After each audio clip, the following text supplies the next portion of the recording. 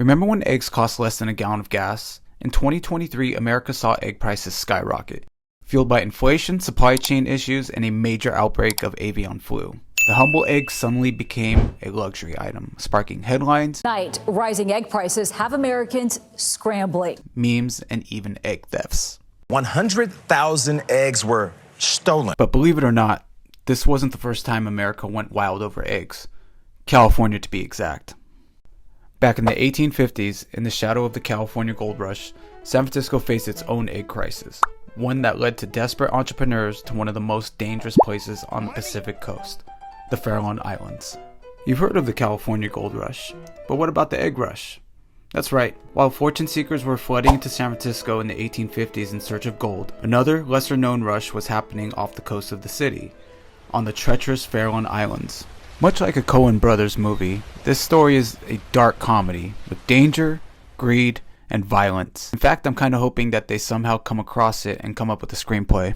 In a city teeming with thousands of miners, that's miners, not miners, a grown man who works in a mine. Gold wasn't the only thing in short supply. Food, especially protein, was hard to come by, but a group of daring entrepreneurs had a bold idea. What if we could supply the protein-hungry miners with eggs from an unexpected source? The Farallon Islands, located 28 miles outside the Golden Gate Bridge, were known for their harsh, desolate landscape, rocky cliffs, and dangerous, turbulent seas. These islands were anything but welcoming. In fact, they were surrounded by deadly great white sharks, aggressive sea lions, and an enormous bird population.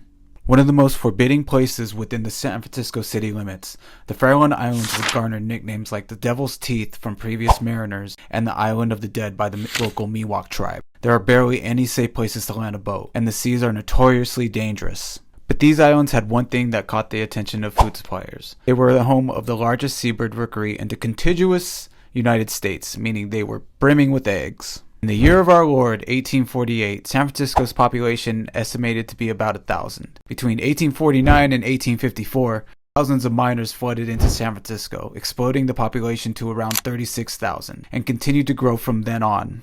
Just to give you an idea of what life was like in San Francisco during the mid-19th century, being mostly of a male influx in population, one of the first problems with such a population boom was that there was almost no women in the entire city. One miner during this period was able to acquire a woman's slipper and made a decent living charging his fellow peers $1 to touch it. Not only was the ratio of men to women off, but food became short supply too. The city became a place of tent encampments and crude eating joints, where filthy male miners ate in shifts, hungry for anything they can get their hands on, and eggs in particular were in extremely short supply. Although there were chickens when the settlers first arrived, they were consumed almost immediately. This posed a really serious problem, because egg protein was a staple to most people's diets. Not only that, but eggs were also used in most baked goods like bread and pastries. Prices for common items like a slice of bread with butter jumped in cost to $2, which would equal $56 in today's money. And soon, some realized that there was more money to be made feeding the miners than digging for gold. You might ask, why didn't they just farm and breed new chickens? Not for lack of trying, but there was a bird disease running rampant and farmers couldn't figure out what was causing it. Enter Doc Robinson, a San Francisco pharmacist with a sharp mind for opportunity. In the spring of 1850, Robinson and his brother-in-law, Orrin, became the first known eggers to risk a journey to the Farallon Islands. With San Francisco's food supplies critically low and eggs nearly impossible to find, Robinson reasoned that seabird eggs from the distant islands could be sold to the city's restaurants and markets for a handsome profit. The voyage was perilous. Their tiny boat braved turbulent seas, surrounded by fog, jagged rocks, and territorial sea lions. The islands themselves were no refuge, just sheer cliffs, loose talus slopes, and a stench of guano thick in the air. They managed to bring back several dozen murre eggs, strange, speckled, blue-green, and pointy. They sold them for a significant profit. Their first haul netted around $3,000. That's over $100,000 in today's money. But the trip had taken a heavy toll. The two men were battered, bruised, and mentally shaken. They had braved cliffs and chaos for a product that was frankly not that appetizing. Word got out fast. Robinson's success ignited a new kind of rush. Not to the hills, but to the cliffs. Eggers of all kinds soon followed, and a dangerous, lawless scramble for seabird eggs had begun. Robinson's profitable yet perilous expedition ignited the egg rush, drawing numerous fortune seekers to the Farallones. This rush eventually led to fierce competition, culminating in the infamous egg wars of the 1860s. These murre eggs were unusual, twice the size of chicken eggs with speckled blue shells. They didn't look particularly appetizing, and when fried, their whites stayed clear and gelatinous. But in a city desperate for protein, murre eggs quickly became a commodity. Quote from Susan Casey's book, The Devil's Teeth. For baking, everyone agreed this was a perfectly fine substitute. When cooked straight up, however, the seabird eggs were less appealing. A fried murre egg had blood red yolk, clear whites, and a fishy aftertaste. And if you ate a bad one, it was rumored to take 3 months to get the taste out of your mouth.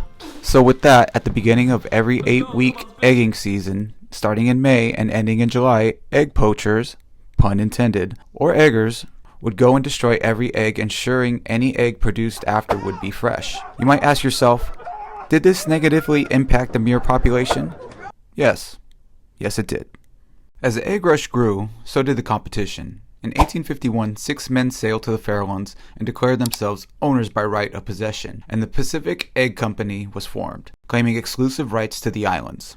During that same year, the federal government set out on a massive project to build 16 lighthouses along the west coast from San Diego to Seattle. And so in 1855, the first lighthouse on the Farallon Islands was completed, a crucial safety measure for the treacherous waters near San Francisco. But for the keepers assigned to this lonely outpost, the challenges extended far beyond maintaining the light. Tensions grew immediately between the egg company and the lighthouse construction crewmen. Although the government didn't recognize the egg company's claim to the Farallones, they continued to allow its business just as long as things didn't get out of hand. But the egg company believed that they, and not the government, owned these islands. We'll come back to this later in the video. The common murre, a penguin-like bird, lays its eggs on steep cliffs. Gathering these eggs was dirty and dangerous work. Egg hunters had to scale slick, guano-covered cliffs wearing handmade crampons, cliff and rock scaling shoes, fashioned from rope with rusty nails while fighting off aggressive birds dive bombing and scratching their head. The men typically hired as eggers were the roughneck type, consisting mainly of Greek and Italian immigrants who were comfortable with danger and desperate for money. Guano was so thick on parts of the island that it formed dense layers, sometimes several feet deep, and while it was a valuable fertilizer, exported in vast quantities from other islands around the world, it was also dangerously toxic. In one particularly tragic episode, a group of sailors, likely tasked with gathering eggs or investigating the terrain, entered a low-lying, guano-choked crevice, or cave-like area, on the Farallones. There, they were overwhelmed by toxic fumes emitted by decomposing bird waste. Guano releases ammonia and hydrogen sulfide, especially when wet or confined. In an enclosed area, those gases can become concentrated enough to knock a person unconscious or kill them. The men reportedly collapsed within minutes, suffocated by the noxious air. By the time help arrived or their bodies were discovered, it was too late. They had died not from sharks or storms or gunfire, but by the toxic legacy of seabird colonies. Although lucrative, this was obviously very dangerous work, and accidents and injuries were very common. Men fell all the time from great heights. When eggers died, they were often entered in logbooks as missing.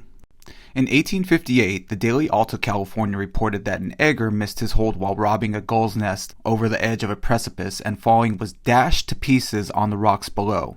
Eggers would climb near vertical cliffs with specially made oversized gunny shirts with multiple pockets for holding eggs, with one free hand for picking and the other a club for fending off both murre birds protecting their eggs and other predatory birds trying to prey on the eggs. Quote from a journalist from Harper's Magazine in the 1860s that went to the island to report what life was like on the Farallones. From 15 to 20 men are employed during the egging season and collecting and shipping the eggs. They live on the island during that time in rude shanties near the usual landing place. The work is not amusing, for the bird seeks out the least accessible places, and the men must follow, climbing often where a goat would almost hesitate. But this is not the worst. The gull sits on her nest and resists the robber who comes for her eggs, and he must take care and not get bit. The murre remains until her enemy is close upon her, then she rises with a scream, which often startles 1,000 or 2 of the birds, who whirl up into the air in a dense mass, scattering filth and guano all over the eggers. But despite being such a dangerous venture, the Pacific Egg Company, who would eventually just be called the Egg Company, were still able to find and hire willing eggers and were making thousands of dollars each season. As mentioned before, the lighthouse for the Farallon Islands would be completed in 1855, and 4 men were stationed. Clift Amos, one of the earliest head lighthouse keepers, found himself not just tending the light, but navigating the chaos of the ongoing egg wars. This violent struggle between rival eggers frequently brought bloodshed to the shores surrounding the lighthouse. The constant presence of eggers made it difficult for Clift to avoid the lucrative trade. The demand for murre eggs in San Francisco tempted even lighthouse keepers like Clift to engage in black market dealings. Quote from Clift's log. Law may forbid it, but the eggers persist. Armed to the teeth and determined, it is folly to resist their trade when survival here demands one take what opportunities arise. Eggs were a valuable commodity in the protein-starved city. Clift, responsible for his own survival on the desolate island, saw an opportunity. Selling a few eggs on the side could supplement his meager income as a lighthouse keeper. But Clift would become overly ambitious and want a huge chunk of the egg profits. Clift also found himself drawn into the violence of the egg wars. The Farallones are mine in all but name. I have tended their light, kept their ledger, and buried my solitude in their stones.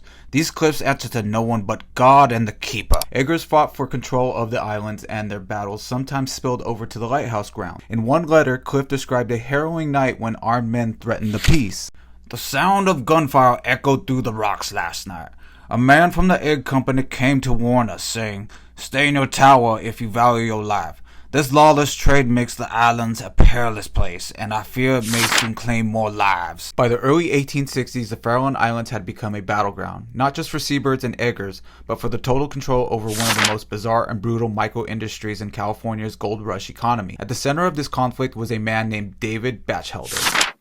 David Batchelder was a former sea captain, entrepreneur, and self-styled egging baron who refused to recognize the Pacific Egg Company's claim to the islands. He believed the riches of the Farallons should be open to all and not monopolized. Batchelder gathered his own crew, hardened men of the sea, many of them whalers, dock workers, and unemployed sailors from the San Francisco waterfront. Tough, armed, and ready to fight. They weren't just going for eggs, they were going to take over the island by force. Their rivals were no less fierce. The Pacific Egg Company, a group of Italian and Greek laborers hired by the firm, had been harvesting eggs since 1851. These men scaled sheer cliffs in guano-choked air, dodging bird attacks while collecting thousands of eggs each day. They were loyal to the company and deadly serious about defending their claim. In the spring of 1863, tensions hit their boiling point. Batchelder returned to the Farallons with 3 boats filled with heavily armed men and, legend has it, a cannon. Just weeks before the Battle of Gettysburg, a different kind of civil war had erupted. One fought not for territory or ideology, but for eggs. The men at the Pacific Egg Company yelled,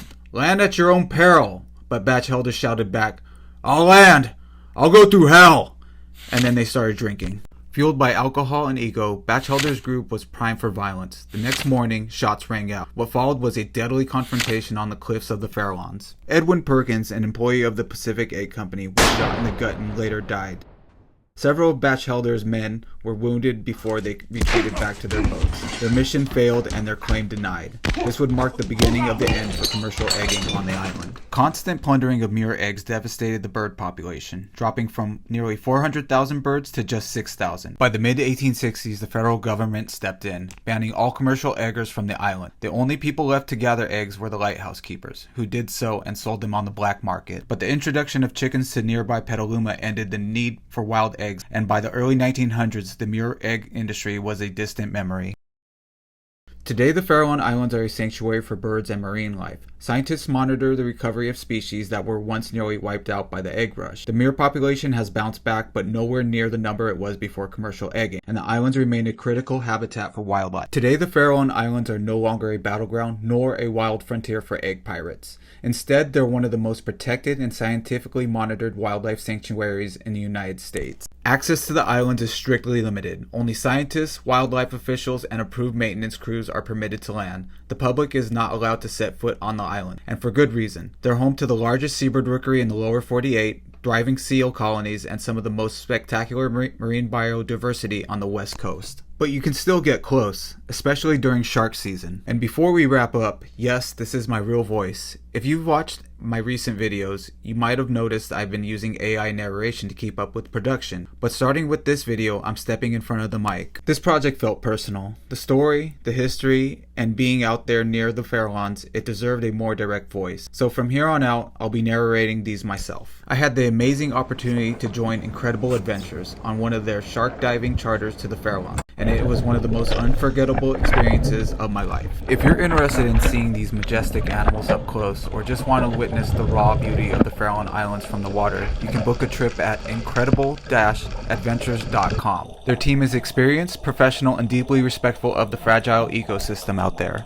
They are one of 3 great white cage diving charters in the world, and if you're in the area and seeking adventure, I would highly recommend it. Making these videos takes a lot of time. Researching, scripting, editing, and narrating. If you enjoyed this video and want to see more deep dives into strange and forgotten corners of history, I'll be launching a Patreon. I'll leave a link in the description. Your support will help me create these stories faster and with even more detail. If you made it this far into the video, thank you for watching, and remember to like, comment, and subscribe for more untold stories from the corners of history. Every contribution helps, whether it's $1 or $10, and you'll be directly fueling this channel's growth.